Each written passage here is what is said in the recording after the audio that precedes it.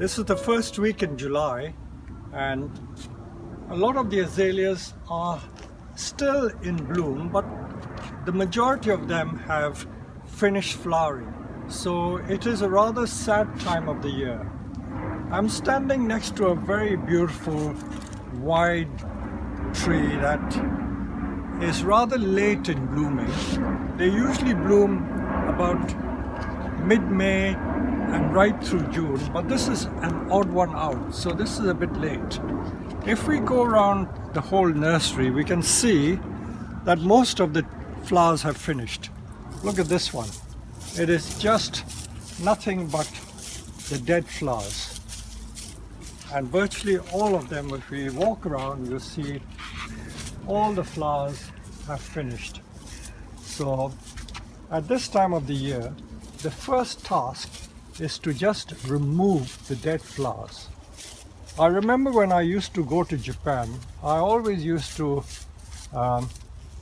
admire how diligently some of these Japanese growers did this. They used to spend endless hours, the entire family, they just used to sit with one plant and just remove the flowers for a start, and that's only the start. And there were piles and piles, about mountains of dead flowers on the floor, and these were just consigned to the compost heap. But then that is only the first stage. The next stage is the more tedious one, which is literally deadheading all the flowers with the secateurs. And I'm going to show you how to do this next. So the first task, as I say, is to, again, many of you know I'm called the chicken plucker or pheasant plucker or pheasant plucker, whatever you like to call it. So this is the task we do, removing the dead flowers very roughly. I don't think you can do any harm to it. So this is what is the first priority.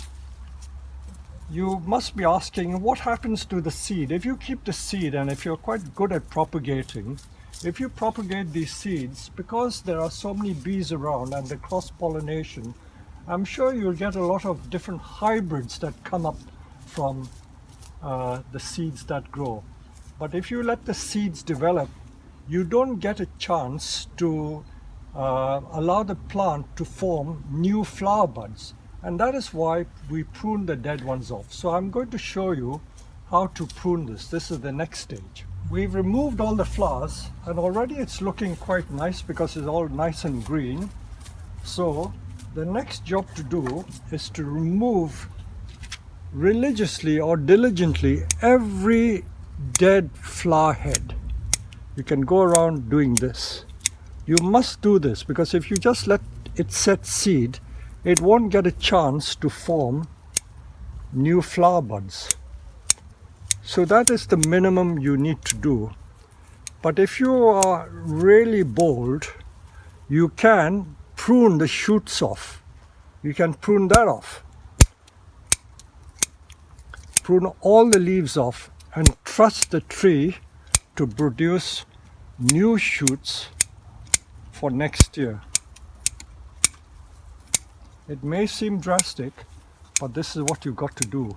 I remember when I used to go to Japan, some of the growers used to be so drastic that they pruned it back to the main structure. And of course that is a very serious step and radical step, and that is only done usually once every 2 or 3 years. Now the pruning is usually done after flowering, this sort of pruning. And of course in Japan they do it because, as I told you, they have this very warm, humid conditions from the end of July right into early September. So whatever you do, the plant will recover very quickly and produce a lot of new shoots. And I found that a lot of these Satsuki growers grow them in plastic tunnels where the temperature must go to about 50 degrees centigrade, absolutely hot. It is almost like a bakery, so hot and humid. And in those conditions, literally in a week, they will produce lots of brand new shoots, and the whole tree will get covered with new leaves and new shoots again. So much for pruning the shoots. So if you can imagine, I've done this. we've got to go through the entire tree and take off every single bud. So this is what I've done. So this is what you prune. So you can either prune it back, remove all the leaves, or leave some of the leaves. But if you really want to be severe, you can do this. Less severe, you do this. But every now and then you've got to be severe, otherwise the tree will lose the shape. So to do a tree like this would probably take me at least 1.5 to 2 hours, and I work very fast. Anyone else would probably take half a day to do all that. So this is what we call the pruning of the shoots to encourage flowering. The next thing to do is to consider whether the tree needs repotting or not. And that's the next step. But before I sign off, let me just show you the Satsuki Encyclopedia. When my wife Dawn and I used to go to Japan, this was the Bible for Satsukis. We each had a copy of this book. I still have 3 or 4 copies of this left. And this is the encyclopedia, which literally shows every named Satsuki azalea that is produced in Japan. Now this copy is probably about 25 or more years old, because I have not bought a new one for a long time. And it is grouped by colors, so you get all the white flowers, and then all the pink flowers, all the red flowers, and the color of the edging of the book, you can see here, white means the white flowers, and the pink is the pink flowers, and so on. And then the blue and the mauve are these. So this is how you reference this book. Unfortunately, most of the script is in Japanese, but there are some English names to it. Like that one is called Hayashi no Suki. This one is called Banka no Suki. So what my wife Dawn did back in the early 90s, when computers were just coming into use, she used to take all these names down and then arrange it in alphabetical order, so that we could trace every Satsuki and then reconcile it with the color or whatever. So this is a very useful book. But in today's age of the internet, I'm sure if you go on the internet, you will be able to find all the varieties without having recourse to this book. But this book is still very, very useful. So this is a useful tip that I'll pass on to you. So the next stage is to discover and look at the tree to see whether it needs repotting or not. We've taken this Satsuki azalea out of its pot, and I've had a quick look at it.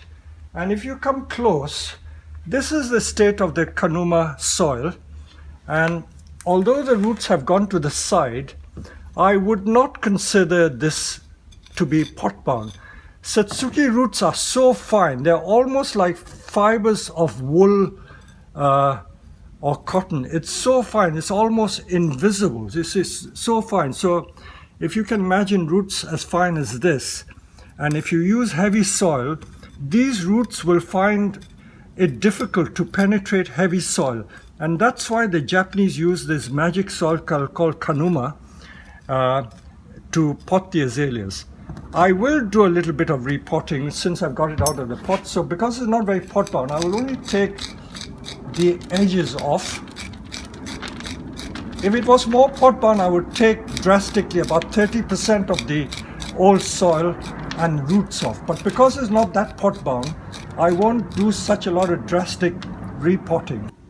While I'm doing the other big Satsuki azalea, I thought I'd show you this little one as well. And if we look at underneath what it's tied in, so we'll examine the roots. Let's cut the wire off and see what's underneath, and we'll then decide whether it needs a drastic repot or not. So let's proceed to do that.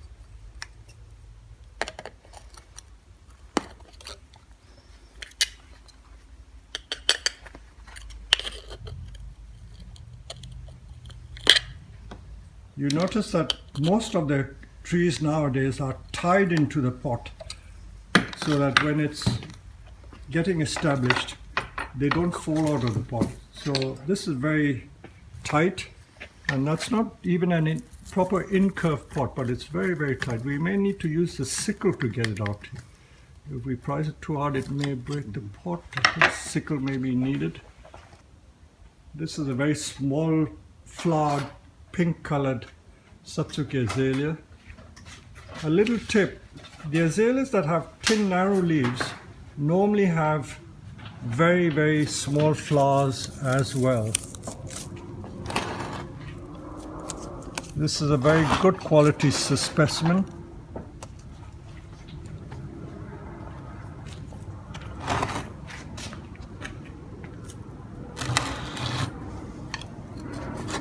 So this is the sickle we use when trees are very pot bound, and especially with incurve pots, we need to cut the edges of the roots off so that you can get it out of the pot easily.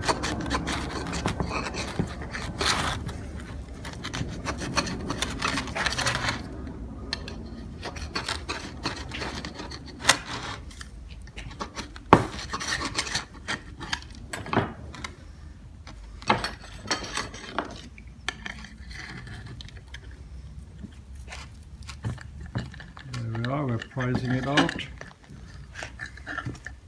and although the soil is still got the traditional Kanuma color, it was very pot bound. So this tree again we would probably take off about an inch or so around the side and then repot it again. So if you do it once every 2 or 3 years, that will keep your tree healthy. And remember to prune the dead flowers off, and don't let the seed pods grow, and the tree will continue to be healthy. We feed it with heavy fertilizer, high nitrogen fertilizer. After potting, we leave the tree for about 2 or 3 weeks to establish, and then we feed it heavily. And we keep it in a damp, humid environment. But what I wanted to show you really is this special mix for potting up Satsuki azalea. Now, my opinion is that you can pot any plant in any soil and it will grow. To say that it will only grow in Kanuma would be misleading you. But Kanuma and moss is what we call the optimum or the ideal soil for growing Satsuki azalea. This Kanuma soil is mined from the ground. It's taken out from the ground in Japan, a place called Kanuma, and it is so light. It's almost like very light, lightweight baking powder or baking flour. It's light like that. It's got absolutely no weight. But we don't use it on its own. This is sphagnum moss, and the formula which the Japanese swear by is they use 1/3 of Kanuma and 2/3 of Kanuma and 1/3 of the sphagnum moss, and then this is literally mixed together. If the grains of the length of the moss is too long, you can chop it up. So you just mix it together like this, and then it is used for potting the tree. If a tree is not that healthy, you can increase the proportion of sphagnum moss to even 50%. It won't do it any harm. So this is the magic mix, and we will show you how we pot it. I've shown you how to tease the roots. In fact, I don't think I need to waste too much time showing what is done, because we're not doing a radical repot. So the tree's got lovely nebari. You can remove some of the top. This gets a bit dirty and brown. And then we keep it in a very closed, humid atmosphere for it to recover quickly. So that's the amount of repotting. So we put it back in the pot with that moss. In fact, because it's such a simple process, I won't show you just putting in the pot. That would be just wasting your time. So this is the explanation about what we do to this Satsuki azalea after flowering. And although this is the first week in July, it is quite safe to do it, but I prefer to do it in February, but you can also do it in July in the Western Hemisphere. But I personally prefer doing it in February, but no later than the end of February. So I hope you have learned something about the strange habits of the Satsuki azalea. Thank you very much.